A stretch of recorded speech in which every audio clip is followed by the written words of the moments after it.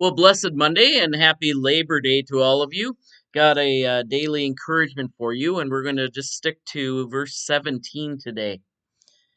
For Peter says, "For it is better to suffer for doing good, if suffering should be God's will." Now, I'm just going to stop there. Suffering for doing good if it is doing God's will.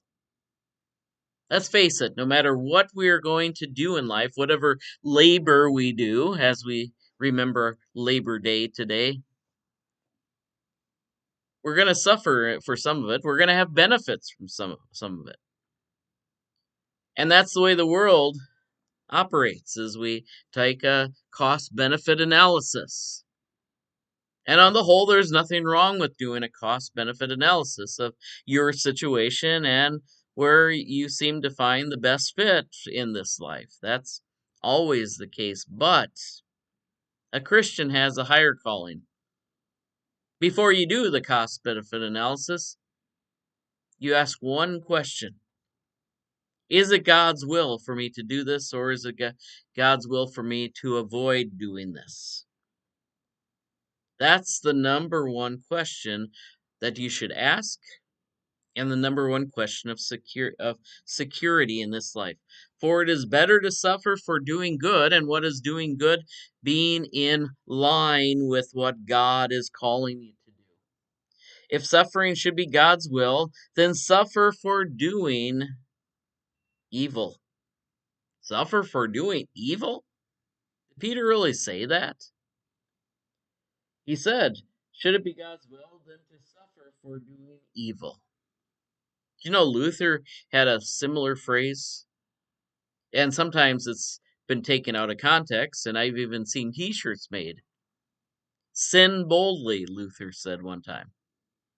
Now, where's the context? Well, the context is that if you think that you're sinning as far as society is concerned by stepping out and speaking out on something, and what he was talking about was standing up for the Reformation truth that had been found in the Bible, standing up against the Catholic hierarchy and stuff that would be considered a sin in that system. And so he basically said, if you are being prevented from doing what God has called you, the good that God has called you, and you think it's a sin to do that, well, he says, sin boldly. If you think that suffering is an evil, then Peter is saying essentially the same thing. Suffer boldly. Submit boldly to the situation and trust that the Lord will get you out of it. Now, I've had many experiences in life where sometimes it has been for me to stay in a place and suffer. And sometimes I've prayed rather earnestly to find an exit from that place. And the Lord has provided me for that. One of my most memorable times was I was not just in one place in the Slovak Republic, I was in two places.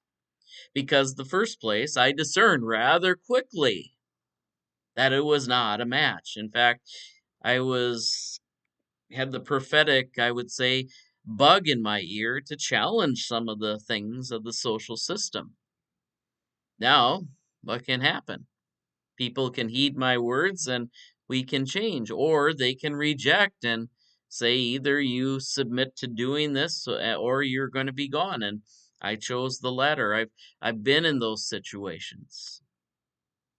Even at some churches where I realized that this is not a good match for where God is calling me and where God is calling that church. Now, sometimes that meant that there was suffering. Sometimes there was calamity and evil. But what I embraced in that situation was God had something different for me. And so I pray that for you, that whatever situation you find yourself, don't just do the cost benefit analysis on what is better or worse for you. I mean, that is something to consider. And for me, One of the things that I've always struggled with is not so much what I can withstand and handle on my own, but as a father, as a parent, as part of a family, it also is bringing along my family into that situation. That can either be positive or negative sometimes. But to trust that the Lord will provide a place for not only myself, but for my family and for the situation to turn around. And I have seen that happen too. So, my friends, suffer boldly. If you think that it is a sin to get out of line, sin boldly, as long as the Lord is calling you to a new place. So do not fear what they fear, Peter had said earlier, but fear the Lord, who is guiding you to a new place, a new situation, a new understanding. God bless you today, and hope you have a blessed Labor Day. We'll see you next time. Take care. God bless.